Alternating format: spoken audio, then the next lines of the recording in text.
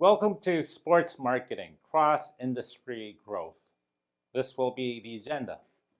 I'll start off by talking about sports cross-industry implications. I'll talk about sports importing. I'll talk about sports exporting. And finally finish it off with some key examples. So let's get started. Okay, remember sports, as is true with entertainment, can be not only a source of innovation, but it can also be a beneficiary of innovation. So the fundamental aspect of enjoying sports as a spectator or as a participant can be exported, such as to other industries, such as to entertainment. So that's exporting. Or both the spectacle or the enjoyment of the participation in sports can be enhanced by importing some new advancement in some other industry. So this is the case of importing. Okay, so let's look at some examples. And I play golf, so this is my golf swing. Not bad, right? So sporting equipment are a key beneficiary of advancements being made in other industries, such as even in the airlines, the airplane making industry. So there has been this collaboration between Boeing and Callaway, and they advertise that with their new XR16 driver. And I think it stands to reason why they do that, because in a way, the common denominator is that you want something that's not only bigger, but also faster. Think about it. If we're talking airplanes, what's bigger than an airplane? So using that technology of making an airplane bigger but lighter, but also faster, that holds true. That can be applied as well to big drivers. And this is about aerodynamic efficiency. Okay, so let's talk about some other examples of importing and enhancing the spectator experience. You can do that with virtual reality and augmented reality. You can use social media when you watch it live or when you watch it on TV, and I do that. So I watch a game on TV and I'm always tweeting something and always wanting something which enables me to do that better. You can have apps on players during a game that are customized to them individually, such as to their personal stats. You can also enhance the performance of participating in the sport, such as what we saw with golf, such as with more advanced materials. You can also enhance the health and training of athletes, and more with wearables, it's becoming very high tech. Okay, so let's have an example of social media, and of course, one of the biggest teams in all of sports is Real Madrid, and in their social media strategy, we find that they use a lot of big data. They use a lot of data curation.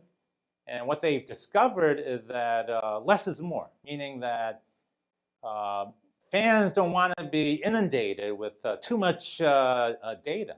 So that's why curation is important. They want tidbits on not just the first team players, and so maybe they're tired of hearing too much about CR7. But maybe they have another favorite player who doesn't get as much playing time. So there might be some information about him on social media. And more, fans want something visual, something on video, and something that day. So Snapchat Chat allows videos of players, such as not only during the game, but maybe something taken during training. So again, social media can complement whatever is being shown in more conventional channels. Okay, let's now talk about sports exporting. And here I think we have to think much more out of the box. And we want to distill what sports essentially is about and instill that into other industries. And I think a lot of you may not know that in a way I think big data actually started in sports. So if you've seen the movie Moneyball with Brad Pitt, it's about sabermetrics. It's about how in sports they analyze big data to discover what leads to higher performance not only by athletes but also by teams. Sports is also about organized competition. And I think even in other industries, we can think about how that industry can be better organized in terms of competition, better even regulated. I'll talk in a bit about fantasy league, and maybe there can be some key lessons learned from fantasy league in other industries. And finally, sports is about team play and fair play. And I talked a lot about team play in my B2B marketing module.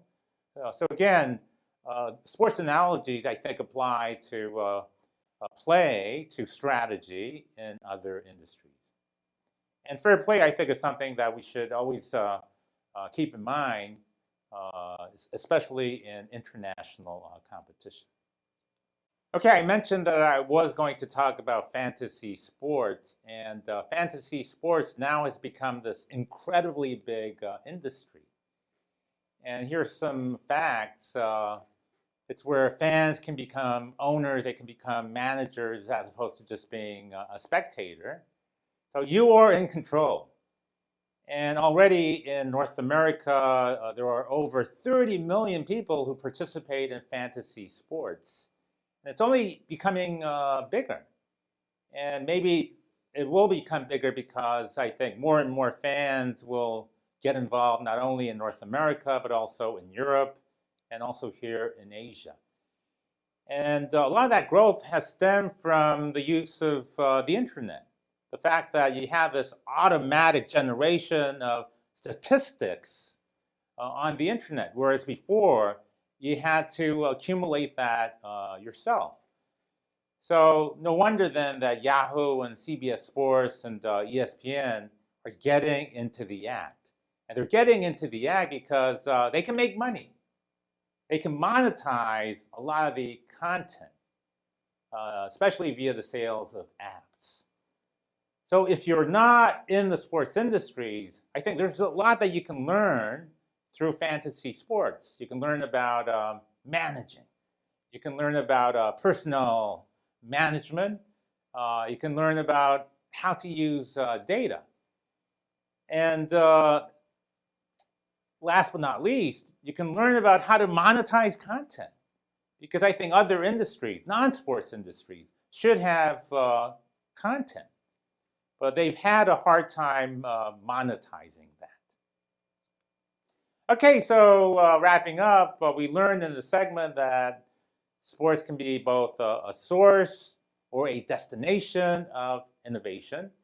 We learned that sports importing is learning how to add to the experience as a spectator or as a participant. We learned that sports exporting is knowing how to distill the essence of sports into your